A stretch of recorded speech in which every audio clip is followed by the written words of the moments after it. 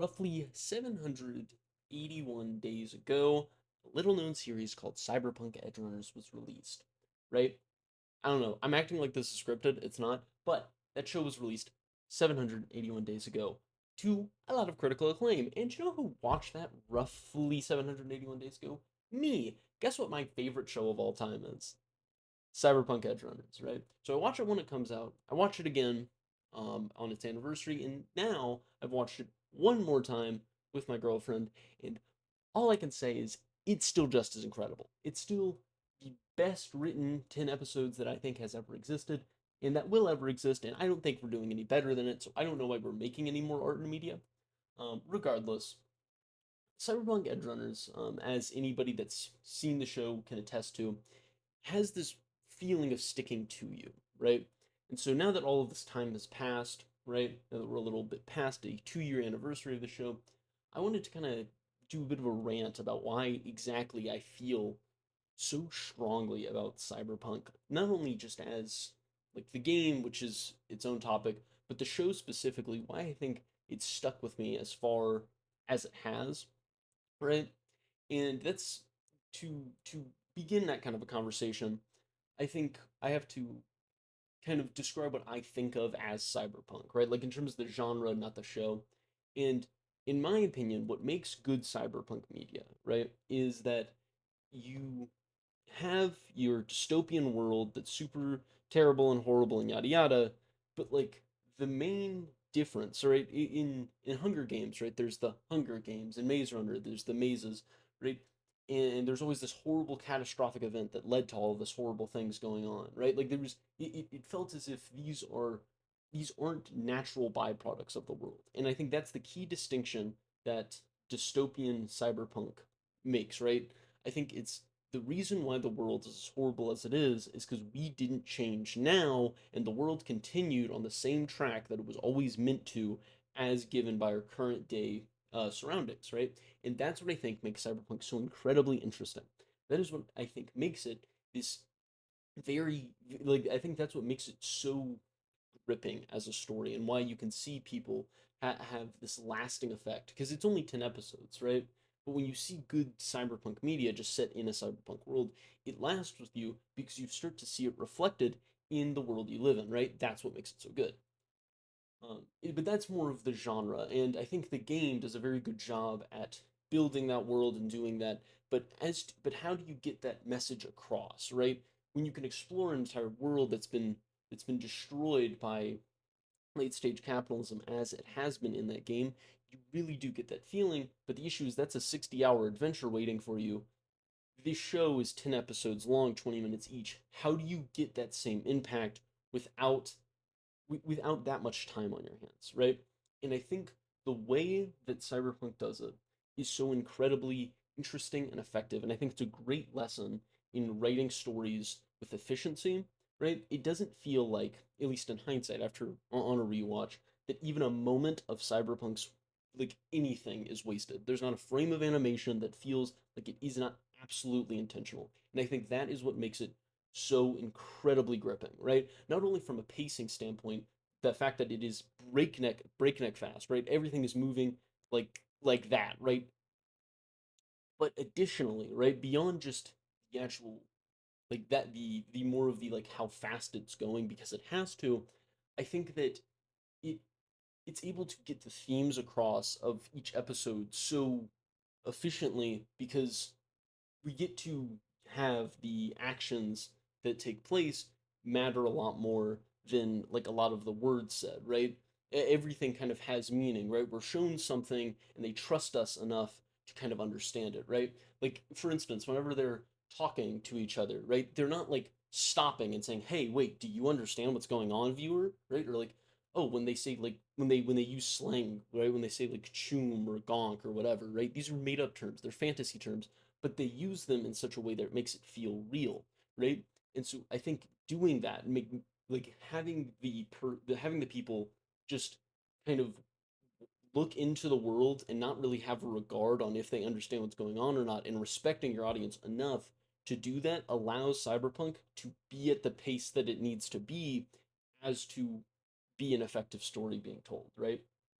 Um, and I think that that is like the main reason why it's able to be so effective in its storytelling, right? It doesn't feel like it wastes a moment on stupid things like exposition that doesn't need to be there, right? They'll explain a concept and they'll just assume that you get it because you're an adult, right? And if you really do have bigger questions, you can go play the game if you really didn't get something, right? And I think that's what's I think that's what's so incredibly refreshing, right? And because I think a lot of shows want to baby you through their concepts, right? Like they get it, but they don't know if you do. Cyberpunk understands that you can kind of play catch up well enough to then therefore be a part of the world, and I think that's very refreshing. Additionally, the character writing is of course top notch, right? There's a reason why um under any cyberpunk video you'll see there's always somebody that's saying, I was sand devastated after watching it, right? Like because cyberpunk the main message of Cyberpunk Edgerunners, in my opinion, is that it's asking the question of is it better to live a life that's supposed to be respectable and moral and what we all deem as okay and good, right? Like you abide the laws, you do what you're supposed to, right? You don't hurt anybody, right? And then still end up splattered on the pavement, but knowing that you did the right thing? Or is it better to live for yourself, right? Live on the edge between life and death for maybe a brief year at most, right? Because that's the question, and I think David has to answer throughout the series. It's do I do I fully embrace being this edge runner character, right? Or do I exist in the way that my mom did? And I think that his mom dying in the first episode and showing that even if you were to live in that very, that very traditional mindset, right? Even if he was to do it that way, even if he was to exist that way, there was no guarantee that this world would care about him any more than if he goes off and tries to be a legend like he does in the show, right? And I think that again, we can see that efficient character writing coming in even from the first episode where we get to see there's a question being posed, we see why David responds the way he does and why things affect him, right? And why he acts in the way that he does and why he is so gun ho about kind of living his life and making sure that he really does get to make a name for himself, right? And again, I like that it plays that same trope for basically everybody, right? um, with the sole exception of Lucy, right? The idea of if you have something to live for, right? That the way that this world works is that if you have nothing to live for, then you might as well just die having fun. But if you have a dream, if you have like a rationale as to keep you going, then you are more deserving of staying alive and fighting till the next day than the rest of them, right? David doesn't have a dream, right? David doesn't need one. So helping his friends, living moment to moment, that's all he can do. Lucy has something beyond the senseless fighting, beyond the next job, beyond the day to day, and that's what I think lets her get out. And I think that's what the show is trying to teach you that even as the world seems to be getting worse and worse, so long as you have something to work towards, so long as you have something, even if it's in the distant future, even if it seems unreasonable, and even if people will laugh at you for it, as long as you have something to work towards, no matter how bad the world gets, you will find a way to get through it all. And I think that is an incredibly good message. And I think it's told in such an efficient way um, that I think it resonates with people a lot, right? It's a very good lesson to teach people going into at least the future that we're seeing where AI is becoming a big problem. This is becoming like there's all of these big problems that seem to really bog people's down. Cyberpunk says, hey, rather than being depressed about it, live your life to the fullest, right? Do what you like, embrace the absurdity of the scenario and just kind of exist for yourself if you have nothing else to live for. And I think that's a very powerful message. Beyond like writing, sorry for hitting my mic, beyond like writing reasons as to why Cyberpunk is good, um, it's also really pretty. Like I just went on a 10-minute long rant about why the efficient character writing and all of that is like really powerful and like really meaningful and why it like, is affects your worldview after watching it. But like secondarily, you ever seen them pop the Sandoval stand? It looks pretty cool. Like when they have like the green going around them, and it's like, yeah, yeah, and then like the music's really good. Like again, I think writing is the hardest thing to get right in these shows, But like just having that like studio trigger animation going and being fun in every episode and having them do cool shit in every episode, that like, it's such a bow on top, right? Because it makes it from something that's like well, I'm watching this for the characters and the story and I'm fun at parties, right? To being something where it's like you can look at it and have a good time just mindlessly watching it in the same way that you can have a good time analyzing it, right? And that's what I think is so interesting, right? You can kind of cruise through it and try to not care as much, or, or you can really try to find meaning in it. And to both parties, it gives you the respect of having something for you, right? Because I think a lot of like your critical thinking kind of shows, right? The one you got to put your thinking cap on for. I think a lot of them end up being like kind of boring to watch moment to moment, right? Like because for how much I like Breaking Bad, it is kind of hard to watch like moment to moment if you're not like really trying to like think about it, right? Because try to like go binge a season of Breaking Bad, it's kind of tough, right? Because it's so like dense. It requires you to care so much that like you can't just you can't there's not like just every episode has a scene where cool shit happens. There's not always a scene with like you know Walter doing something fun or interesting. It's always like some it's much more slower moving show, right? And so I think that makes it a lot harder for that like moment to moment high um that I think kind of pulls away from a lot of those kind of shows, right? Um, but yeah, no, that's most of my rant for Cyberpunk. As for the actual game, also incredible. Easily my favorite RPG that I've ever played. It is yep, because it's just like, hey, everything I said about the show, imagine you did it for 60 hours, right? Imagine you did it for like 12 times as long and it was even better. I'm still working through Phantom Liberty, so I can't speak to that, but like I get from what I've seen, wow, it's almost like CD Projekt Red's good at their job, right? Like it's one of those things where it's like shocker, right? These guys are good at character writing and world building. Son of a bitch, they did it again, right? Um, but again, that's kind of the reason why I love Cyberpunk. It's the I think every time I watch it, every time I see an edit of it, every time I always just kind of think about just how just how I guess incredible it is that like this was made, right? And then of course how good the game is, and then it's basically just me glazing every single thing that CD Projekt Red has ever made, right? That's just kind of anytime I see anything about it, I'm just like, how did something as phenomenal come out? And it's obviously, of course, a big inspiration for like me and my work and like the things I want to write because it's like, wow, you don't need to like have a series go on for 1,000 fucking episodes for it to like have meaning and impact and to like levy critiques against things and like actually mean something crazy. What? What? That's incredible, right? That's, and so of course, right, there is a reason why it is my favorite show. And I'm sorry that this wasn't very well formatted. This was just kind of a rant, just kind of going through and yammering on about what I like and what I don't like about the show. And you notice that I didn't say anything I don't like because the show is perfect. Oddly enough, right? Um, I think